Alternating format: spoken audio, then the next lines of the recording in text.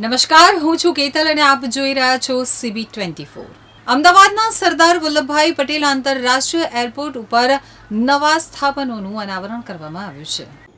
સરદાર વલ્લભભાઈ પટેલ આંતરરાષ્ટ્રીય એરપોર્ટ મુસાફરોને ઉત્કૃષ્ટ સાંસ્કૃતિક અનુભવ પ્રદાન કરવા અને ગુજરાતની સમૃદ્ધ પરંપરાઓ પ્રદર્શિત કરવા સતત પ્રયત્નશીલ છે. આ જ યાત્રામાં ટર્મિનલ 2 ઉપર મનમોહક કલા સ્થાપનોની શ્રેણીનું અનાવરણ કરવામાં આવ્યું છે.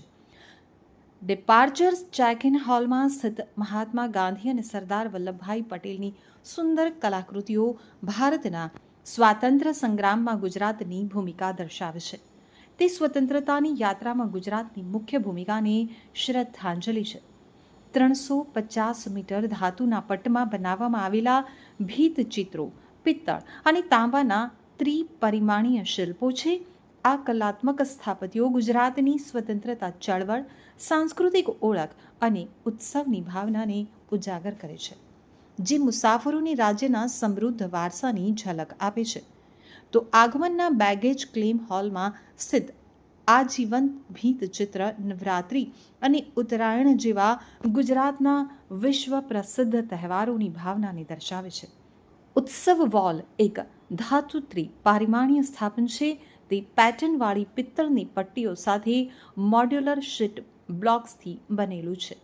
ભવ્ય ગરબા નર્તકો અને આકાશમાં ઉડતા પતંગોના લયબદ્ધ ચિત્રો સાથે ઉત્સવ વોલ મુસાફરોનું સ્વાગત, પરંપરા, આનંદ અને સાંસ્કૃતિક ગૌરવની ઉષ્માભરી ઉજવણી સાથે કરે છે.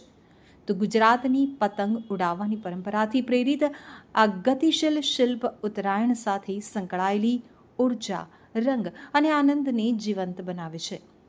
SVPI એરપોર્ટ ટર્મિનલ 2ના ડોમેસ્ટિક અરાઇવલ વિસ્તારમાં સ્થિત આ શિલ્પમાં કાંસ્યથી બનેલા બાળકોના જીવન કદના શિલ્પો છે.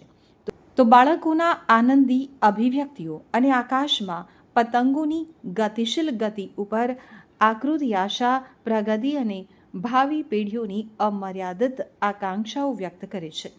આ પતંગો ધાતુ અને સ્ટેનલેસ સ્ટીલના ટેકા સાથે રચાયેલી એક્રેલિક શીટ્સથી બનેલા છે અને બ્રાઇટ લાઇટ્સથી પ્રકાશિત થાય છે. તો અમદાવાદનું સરદાર વલ્લભભાઈ પટેલ આંતરરાષ્ટ્રીય વિમાન મથક ગુજરાતના સમૃદ્ધ વારસા અને સંસ્કૃતિને પ્રોત્સાહન અને પ્રદર્શન કરવા પ્રતિબદ્ધ છે, જેનો ઉદ્દેશ્ય તમામ મુસાફરોને યાદગાર અને સમૃદ્ધ અનુભવ પ્રદાન કરવાનો છે.